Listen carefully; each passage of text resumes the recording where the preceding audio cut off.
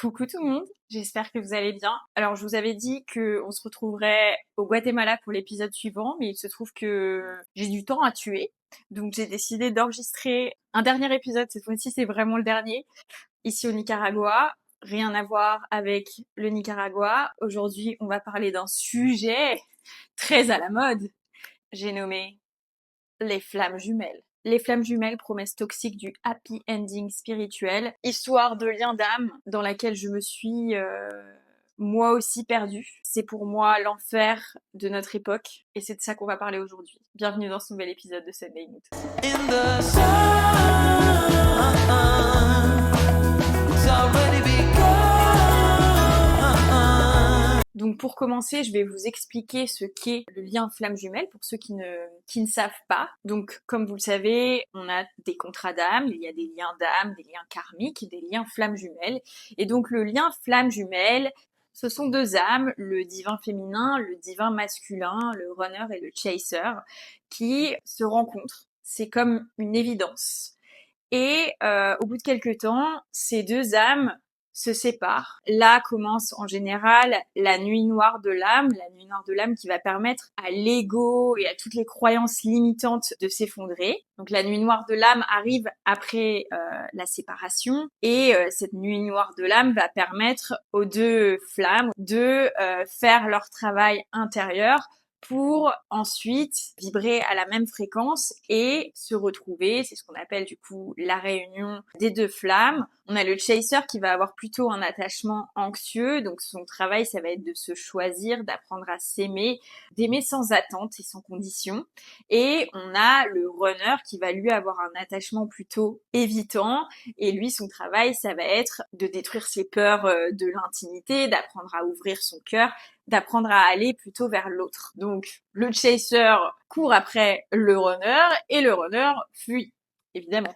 Sinon, c'est pas drôle. Et donc, une fois que les deux ont fait leur travail sur eux-mêmes, la légende dit que les flammes jumelles se retrouvent pour la réunion et ils vécurent heureux et eurent beaucoup d'enfants. Voilà. Donc, en gros, le lien flamme jumelle repose sur le fait que il y a eu une connexion très forte et que suite à cette connexion forte, les deux âmes se retrouvent et donc il y a une réunion. Donc ça repose sur le fait qu'on va forcément se retrouver. Et donc pourquoi c'est complètement l'enfer de notre époque? C'est une histoire d'amour destinée et qui en plus nous est vendue comme spirituellement supérieure. Bien entendu, tout le monde n'est pas flamme jumelle, donc quand tu es flamme jumelle, t'as vraiment l'impression, voilà, d'être comme une âme choisie, d'avoir une histoire d'amour qui est très spéciale, particulière, unique. Et donc pour moi, c'est complètement la glorification de la souffrance au nom de l'ascension spirituelle. C'est la glorification du lien toxique, c'est en fait se trouver des excuses pour se dire bah oui mais si s'il est parti c'est pas parce qu'il t'aime pas mais c'est parce qu'il est pas prêt, vous allez vous retrouver, tu dois faire ton travail spirituel sur toi et il reviendra. Alors évidemment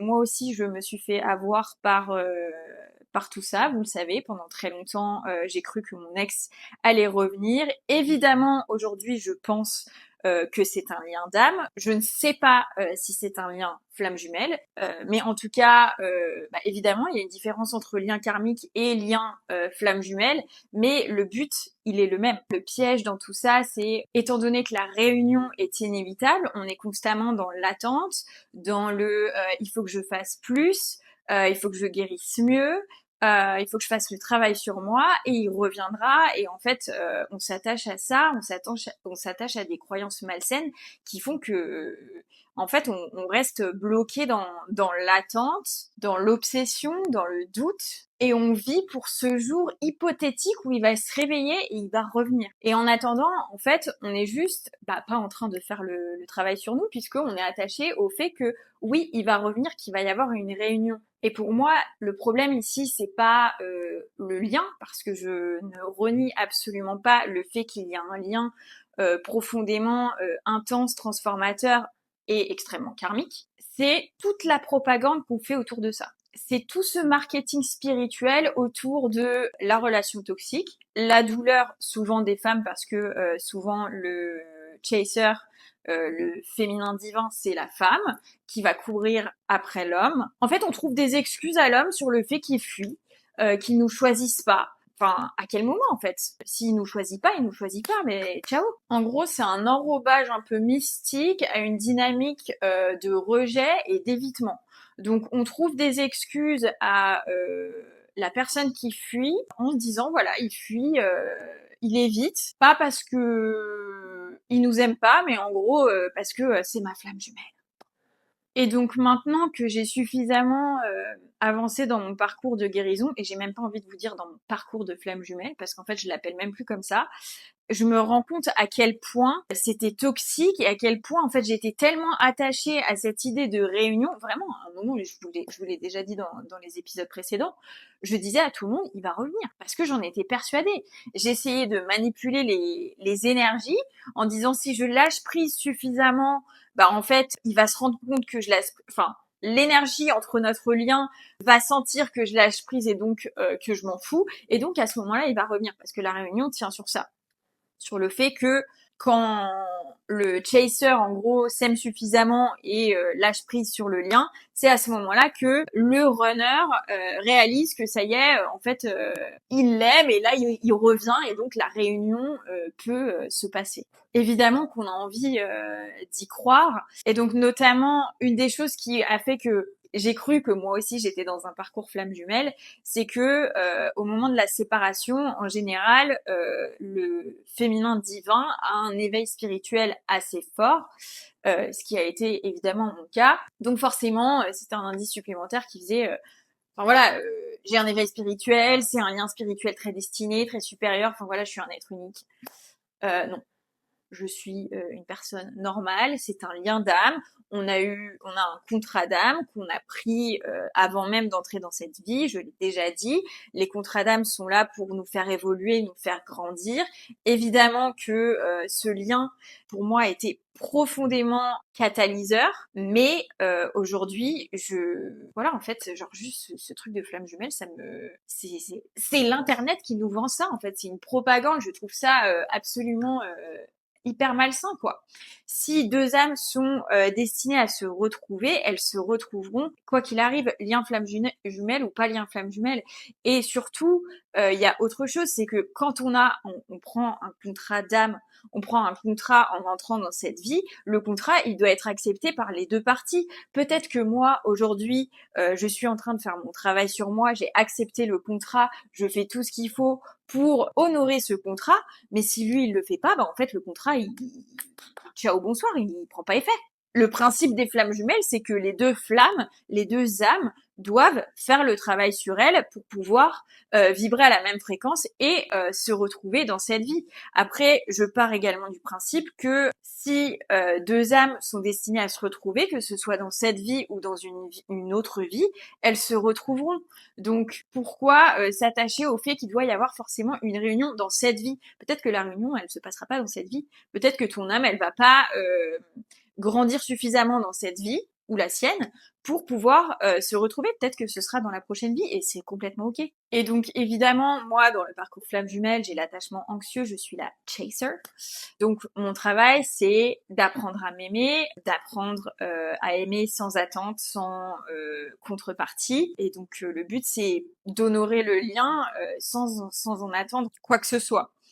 Et bah évidemment aujourd'hui c'est ce que je suis en train de faire, mais je ne le fais plus dans le but d'avoir cette réunion. Je suis plus attachée à ce concept de flamme jumelle parce qu'en fait c'était hyper malsain, quoi. Aujourd'hui j'ai plus envie d'être avec quelqu'un qui me choisit pas. J'ai pas envie d'attendre quelqu'un qui me choisit pas. Qu'est-ce que ça dit sur moi en fait? De me dire ah bah oui non mais c'est pas grave il va revenir. Non, voilà, c'est un nom marketing spirituel pour définir un genre de happy ending où on n'est pas sûr que ça va arriver, mais juste, enfin voilà, pour moi maintenant, que ce soit un lien flamme jumelle ou un lien karmique, c'est un contrat d'âme, c'est un lien d'âme. Point. Voilà, il n'y a pas besoin d'aller mettre des fancy names, des trucs pour excuser tous les comportements toxiques des uns et des autres. Aujourd'hui, je suis prête à m'aimer, mais je suis pas prête à m'oublier. Et je pense que la vraie réunion, elle repose sur la réunion avec soi-même.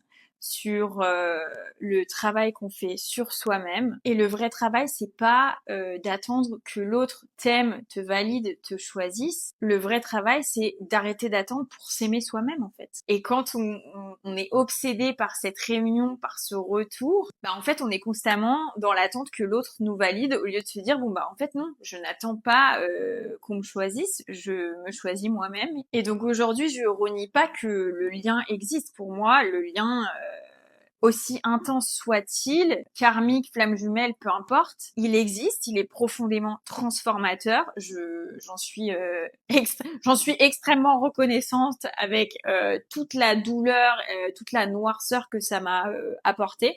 J'ai manifesté une relation qui apporterait de la lumière à ma noirceur. Je suis en plein dans ma nuit noire de l'âme. C'est exactement ce que c'est en train de faire, c'est exactement ce que j'ai manifesté, que ce soit un lien flamme jumelle ou pas, c'est pas vraiment le sujet en fait. Mais aujourd'hui, je ne veux plus faire cette propagande du on va se retrouver un jour, c'est sûr. Non, je trouve ça juste toxique, malsain, tout ce que vous voulez. Aujourd'hui, j'estime que l'amour sain ne demande pas qu'on souffre. L'amour sain ne demande pas qu'on patiente éternellement. Si une personne ne veut pas faire le travail sur elle-même ou ne le fait pas suffisamment vite, je vois pas pourquoi il faudrait attendre et mettre sa vie entre parenthèses pour quelqu'un qui refuse de se regarder en face. Aujourd'hui, j'estime que l'amour, ça doit être réciproque. Ça va dans les deux sens, en fait. Il n'y a pas quelqu'un qui court après l'autre. On se retrouve, on se rencontre, on se soutient, on se voit, on est dans la même team, on marche main dans la main, en fait. Il n'y a pas de chaser, de runner, de je te cours après, de je t'évite, de fuis-moi, je te suis. Ça, c'est des histoires de lycée, en fait. C'est des liens toxiques. Et aujourd'hui, bah, en fait, j'ai plus envie de ça. Je veux juste une histoire saine, simple, réciproque, où on voit ma valeur, où j'ai pas besoin tout le temps de prouver, d'être dans des dynamiques qui me cassent la tête. Non, stop. Si on veut rester sur cette idée de flamme jumelle, de lien d'âme, pour moi, c'est hyper important de reconnaître la puissance du lien. Parce que, enfin voilà, il n'y a pas à nier ça, la puissance, la beauté, la passion, l'amour qu'il y avait autour de tout ça, évidemment. Mais il faut pas que ça devienne une prison et une excuse pour être dans l'attente en fait. Et même si c'est un lien super fort, très transformateur, qui remplit toutes les cases du lien flamme jumelle, bah en fait voilà, faut pas s'accrocher, je pense, à cette réunion. Parfois c'est ok que l'autre ne revienne pas, parfois c'est même mieux, hein. Pour moi, je le dis toujours, le rejet c'est une redirection. Parfois l'univers il va t'enlever quelque chose, c'est pas pour te punir, c'est juste parce qu'il y a quelque chose de tellement mieux qui t'attend, tu mérites tellement mieux. Pourquoi s'accrocher à la médiocrité? J'exagère peut-être, parfois c'est pas de la médiocrité, mais pourquoi s'accrocher au minimum alors que tu peux avoir quelque chose de tellement plus grand? Mais sauf que parfois, déjà, on n'est pas habitué à recevoir de belles choses et on pense dans notre tête un petit peu limitée que bah y a pas mieux parce qu'en fait on n'a pas connu mieux, donc c'est difficile de pouvoir se projeter en se disant oui je vais avoir mieux alors que tu l'as jamais vu. C'est un peu comme bah imaginez un truc qui n'existe pas, un éléphant rose. Et donc c'est très difficile de se projeter dans quelque chose que tu penses n'existe pas parce que on t'a toujours montré que bah les relations c'était quelque chose de toxique, donc tu penses que c'est tout ce que tu mérites. Il y a plusieurs années, je disais que le chaos c'était ma zone de confort et c'est pour ça que pour moi les relations toxiques ça a toujours été bah, la base de tout. Et donc forcément quand on me donne un peu quelque chose de bien, eh ben je m'attache à des miettes. Voilà. Et donc pour moi, le travail repose là-dessus. Ne pas accepter des miettes, me rappeler constamment que je mérite d'être choisie, que je mérite pas d'attendre après quelqu'un qui ne me choisit pas. Et donc le travail constant, c'est de me choisir, de m'aimer, et de le répéter, répéter, répéter, répéter, répéter. À force, ça rentre dans le cerveau, quoi. Quand on a des mécanismes, des automatismes depuis l'enfance, depuis même des vies antérieures, évidemment que c'est très difficile de changer ses habitudes, de changer ses mécanismes. Voilà, quand ta zone de confort c'est le chaos, on te donne la personne la plus saine sur un plateau, évidemment que tu vas tout faire pour tout foutre en l'air parce que en fait c'est pas ta zone de confort, c'est pas ce que tu connais. Pour toi justement c'est trop bizarre. Pourquoi on me donnerait quelque chose de sain? Évidemment que tu vas aller vers ta zone de confort qui est le chaos, qui est quelqu'un de toxique, de pas bon pour toi, qui te choisit pas. Enfin, voilà, si ton père ne t'a jamais choisi, pourquoi un homme te choisirait?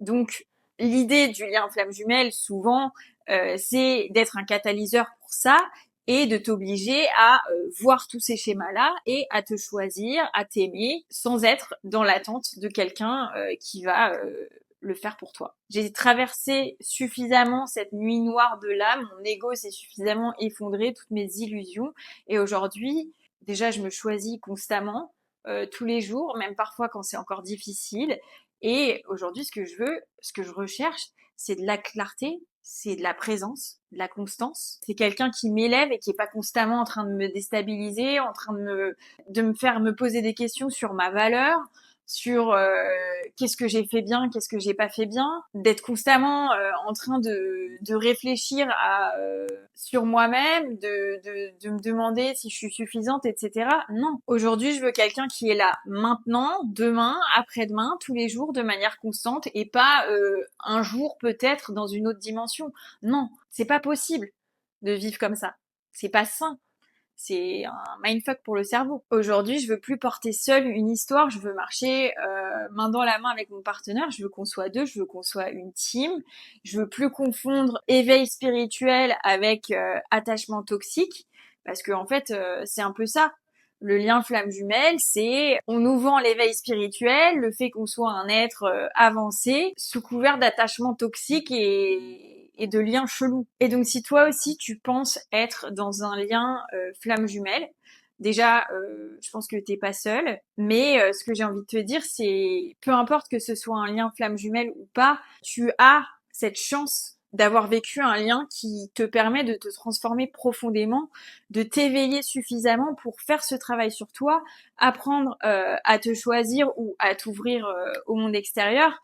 Donc, saisis cette opportunité, pas besoin de s'accrocher à des mots, de s'accrocher à des attentes et à des désillusions, en fait. Parce qu'en fait, pour moi, la partie toxique, c'est pas le lien en lui-même. Le lien, il est là uniquement pour nous faire grandir, pour nous élever, pour élever notre âme et notre conscience. Pour moi, ce qui est toxique, c'est tout ce qu'on nous vend autour de ça, et c'est le fait d'attendre indéfiniment qu'on nous valide, alors que le but, c'est pas ça, quoi. Le but, c'est d'apprendre à s'aimer et c'est de faire grandir son âme. Voilà, c'est un grand débat. N'hésitez pas à m'interpeller, à commenter, à interagir. J'adore parler de ce sujet. Je trouve que c'est hyper intéressant. Et si vous avez besoin de soutien, parce que je suis aussi passée par ces espoirs, ces attentes, ces désillusions, et aujourd'hui j'en suis sortie, et c'est pour ça que j'ai décidé de parler de ça, parce que je me suis attachée à ce lien flamme jumelle pendant très longtemps, et aujourd'hui je pense vraiment que c'est l'enfer de notre époque, la propagande de l'internet. Moi, ce que je défends, c'est pas attendre que quelqu'un nous valide. Ce que je défends, c'est apprendre à s'aimer, peu importe si l'autre nous valide ou nous choisit ou pas. Voilà, j'espère que ce sujet et cet épisode vous ont plu. Hâte d'en discuter avec vous. On se retrouve très vite dans un prochain épisode de Sunday Mood. Cette fois-ci, je serai au Guatemala, c'est sûr. Et en attendant, je vous fais de gros bisous.